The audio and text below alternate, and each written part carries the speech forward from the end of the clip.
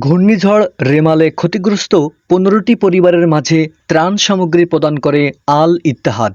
Kuwait অধিবাসী মোহাম্মদ খলিফা আল রইস এর সৌজন্যে আল ইত্তেহাদের পরিচালনায় ১১ জুলাই ২০২৪ তারিখে বাসাখালী দারুল কোরআন হাফিজিয়া মাদ্রাসা প্রাঙ্গণে এই ত্রাণ সামগ্রী বিতরণ করা হয়। আল ইত্তেহাদ একটি অলাভজনক অরাজনৈতিক স্বেচ্ছাসেবী সংগঠন।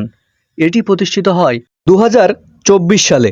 বাসাখালী দারুল কোরআন হাফিজিয়া মাদ্রাসার প্রাক্তন ছাত্র ও স্থানীয় ওলামায়ে কেরামের মাধ্যমে এই সংগঠনটি পরিচালিত হয়। উল্লেখ্য, বাসাখালী দারুল কোরআন হাফিজিয়া মাদ্রাসা প্রতিষ্ঠিত হয় ১৯৯৬ সালে। এই মাদ্রাসা থেকে সহস্রাধিক হাফেজে কোরআন দেশ ও বিদেশে বিভিন্ন প্রতিষ্ঠানে দ্বীনের খিদমতে নিয়োজিত আছেন। অত্যন্ত সুনামের সহিত এই প্রতিষ্ঠানটি পরিচালিত হয়।